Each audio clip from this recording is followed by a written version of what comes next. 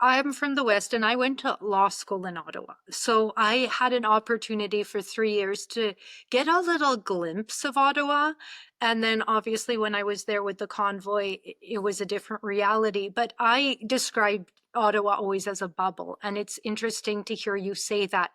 And I think for regular Canadians that, aren't that involved in politics, maybe haven't been to Ottawa, they don't even they don't have a sense that that's an isolated area. So maybe let's talk about that a little bit because you were there on the ground.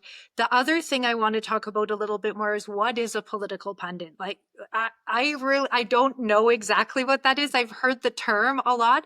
So like let's talk like to somebody that isn't as politically involved as you are, please, for those two Okay, topics. well, I'll just start by mentioning that I actually lived in Ottawa and I called it purgatory. I described it as purgatory. It's an artificial environment. Uh, who is hired there and why they're hired, it just, it's not how the rest of Canada or anywhere else works. I would say that even DC isn't like that. The number one, if you speak French, you have your number one way ahead of everyone else.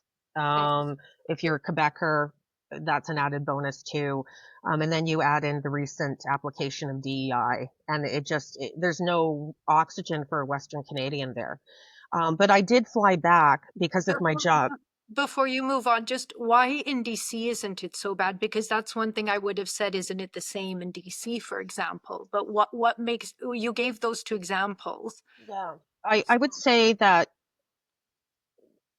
contrary to what people think about Washington, and even if it was a Democratic administration, um, Americans, they will bend in, and there's a lot of advantages that were applied through DEI, and they are very aware of ensuring that African Americans and women and um, those who identify which way or the other are included, but it's not at the exclusion of professionalism, and it doesn't get stupid like it gets in Ottawa. I mean, the incompetency that I've seen even in the administrators' offices over the years. I mean, back in the Chrétien years when I first arrived in Ottawa, they used to have Western desks, or that's what we called them. I think it's different with Trudeau now.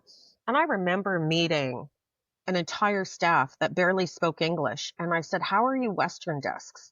How are you Western advisors?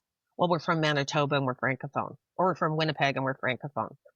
Okay, well, I'm sorry, but that's less than 1% of our population in Western Canada. And it's not an offense to the French language or the culture or the heritage or the importance of Quebec.